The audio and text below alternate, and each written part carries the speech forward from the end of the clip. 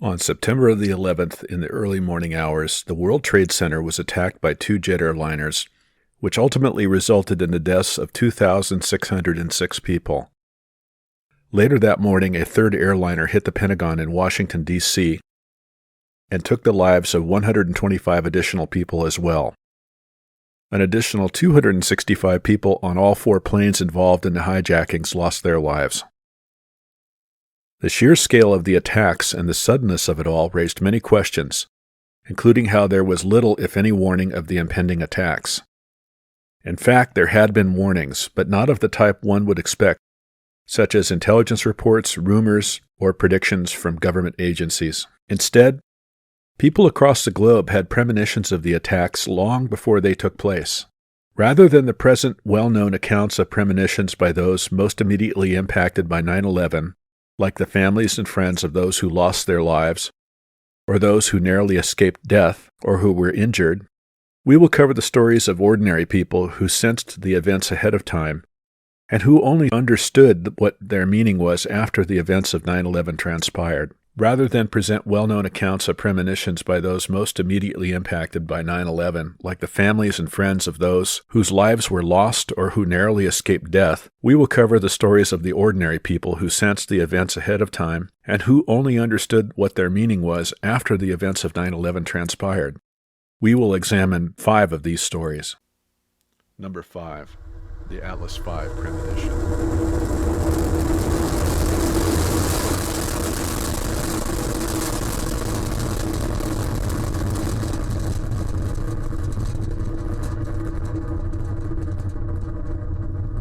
It was the second or third week of August 2001, and I was tasked with making the first streaming video broadcast of the world's largest solid rocket motor at the time.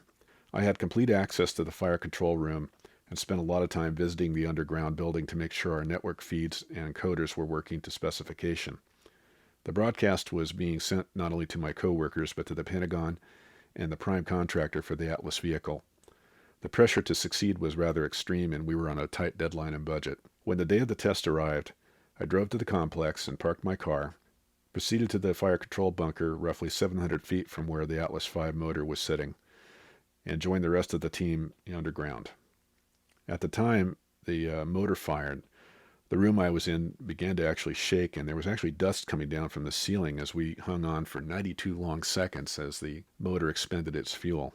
After the test concluded and the cheers died down, I had the most uneasy feeling, like something was very wrong. To be honest, the dust and shaking gave me the sense that the building would collapse, which never could have happened considering the construction of the building. But still, I had that sense. To be honest, the dust and shaking was unlike anything I'd ever experienced in a test of that nature. It was actually one of the largest motors we'd ever fired. I'd been to many test firings before and never had that reaction, but I brushed it off and finished my job.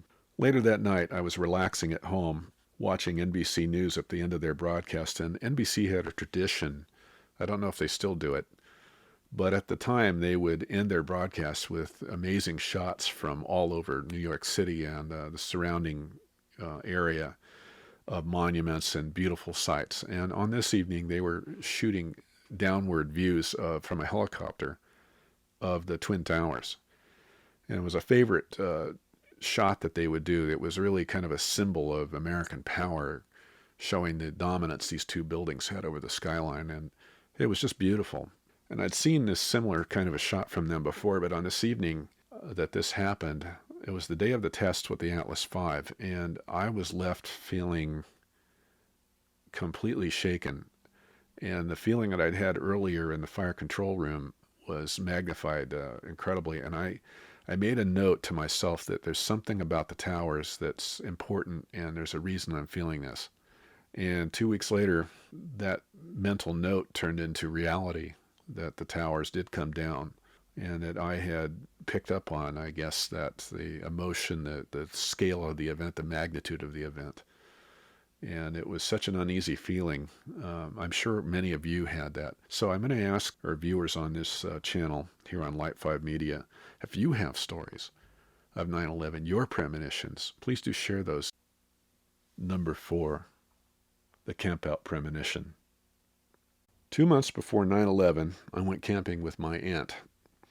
It was a yearly event we did every July, and as we sat eating next to the campfire, my Aunt Joanne turned to me and says out of the blue, "I know this is going to sound strange, but do you get the feeling something is horribly wrong in the world? Like something is about to happen?" I looked at her in surprise and said, "Yes, I've had some uneasy feelings, like something isn't quite right, and I can't quite put my finger on it." She stirred the fire for a bit and then looked up at me and said, "Well, it's true. Something's about to happen and the world will never be the same." Her eyes stared into mine and I agreed. That's it. It's a world-changing event. I asked her, "How long until this happens?" She looked down at the fire and without looking up, she said, "Before summer's end. And know this, John, that the people who are going to do this are nothing more than pure evil." It turns out she was dead right. Number 3, the propane jetliner. This story was sent in to me by Ryan, a good friend of mine from Lower Lake, California. And I'll just quote it from what he wrote to me here. "The night before 9/11, I had a dream. I dreamed that I was driving my propane truck route through downtown Lower Lake, California, and that I needed to stop and get out for some reason.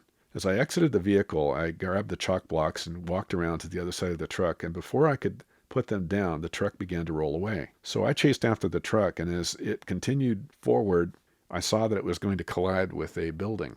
The entire truck grew in length and became the size of a medium jet airliner. Before I could stop it, the truck crashed into the building and exploded. I could hear people screaming, and people were running and jumping out of windows to escape from the fire. And it was at that moment that I woke up and my left ear was ringing from all of the screaming. Later on, I got up because it was morning and I was getting ready to go to work. And I went to make coffee and turned on the news, and that's when I saw the story. I saw what was actually happening in New York City and in Washington, D.C. And I don't know what it was, but I think I had a premonition of the events, or I actually saw them as they were happening. So this was Ryan's dream, and he related to me that he woke up a little bit after 6 o'clock in the morning with this dream still fresh in his mind. And so the question is, how could he have known what was happening? Because no radio was on at the time. There was no television running. And yet he had this premonition. It's just an amazing thing. And his is like so many other stories that we hear about these sorts of things that happen when people pick up on disasters that are happening or about to happen. Number 2, the vision. This one was sent to me by a good friend who actually had one of the more chilling premonitions of 9/11 that I'm going to relate here with you today. The difference with this one is that she actually tried to do something about it by calling friends and family to try to get their interpretation and try to help her understand what this was all about. So I'll read it in her words. "I have had many visions before, and most actually happened, but none prior to this one were as strong or affected me physically, spiritually, or emotionally as much as this one did. On the night of Friday, August 31st, 2001, I could not sleep. I was feeling deep anguish and sorrow beyond anything that I had ever felt before. For some reason, I just felt like I wanted to run and flee to get out of the house. To calm myself, I turned to prayer, and so I left my bedroom and went to our front room, where I usually sit and just pray or relax if I really need to. About a minute after getting on my knees, the feelings of sorrow, horror, fear, anguish, and terror became so strong and so horrible, I could not hold myself up and felt like I needed to get onto my stomach, face to the floor, arms out. I was sobbing uncontrollably, and I asked God to make it stop. As I laid there sobbing and barely able to breathe, I felt weight upon me, pinning me down. I wanted to leave but could not. The room I was in disappeared, and I saw a blast of fire. I heard rumbling, roaring, and screaming, and I saw people in white drowning in billows of white smoke and clouds that swirled and choked and swept them away. I saw body parts, faces with solid white, mouths open as if they were trying to breathe, and everyone around this entire scene looked like they were made of marble. I don't know how long I was there, but eventually the images stopped, and I was left feeling so weak and so drained that I laid there for a while just trying to sort out what had just happened. I said another prayer, God, why are you showing me these horrible things? I did not hear a voice, but all of a sudden I knew that this was a memory of something that had not happened yet, but would happen soon. And I knew that I had to call everyone I knew to ask them to pray and warn them that something horrible was about to happen. I continued crying all of the next day, and I called my friends, my family, my coworkers, and I told every person I could about the vision that I had had the night before and what I was shown that was going to happen soon. I called 32 people that day and emailed at least another 50, giving the vision to them frame by frame, feeling by feeling, and feeling the horror and sorrow each time. On September 11th, 2001, 11 days later, my father called me to tell me to turn on the news, that a plane had just crashed into a building in New York City. I ran to the TV and switched it on, and not a minute later, the second plane crashed into the World Trade Center, hitting the South Tower. My father stayed on the phone with me and was joined by my mother on another line, and soon images of the towers collapsing were broadcast on the television from the street, and clouds of dust and people who looked as if they were carved from marble were making their way out of dust and debris, and what I saw made me drop to my knees. My mother and father, still on the phone with me, said, "Oh my God, this is what you saw 2 weeks ago." I dropped the phone and began to sob. All that day and into the next, I was receiving phone calls from people who I had told my premonition to. They were in utter disbelief and shock. I never want to feel that way again. Number 1. The Cafeteria Soldier. In 1998, I was working in the defense industry, and we went to lunch at the company cafeteria. It was me and a friend of mine.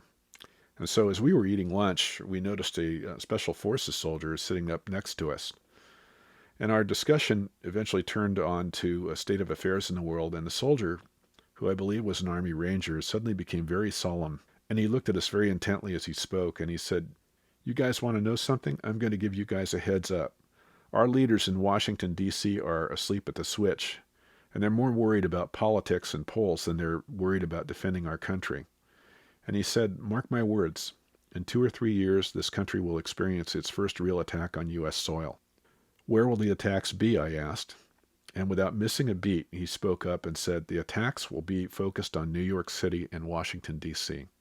And so naturally I asked him, "Well, how do you know this?" And he said, it was commonly accepted in the estimation of the people he worked with that this was the most likely attack scenario in the future. And with that, we turned on to other subjects. But years later, as I watched the second plane hit the South Tower of the World Trade Center, and then the attack on the Pentagon took place, I remember this conversation, and it still gives me chills to think about it.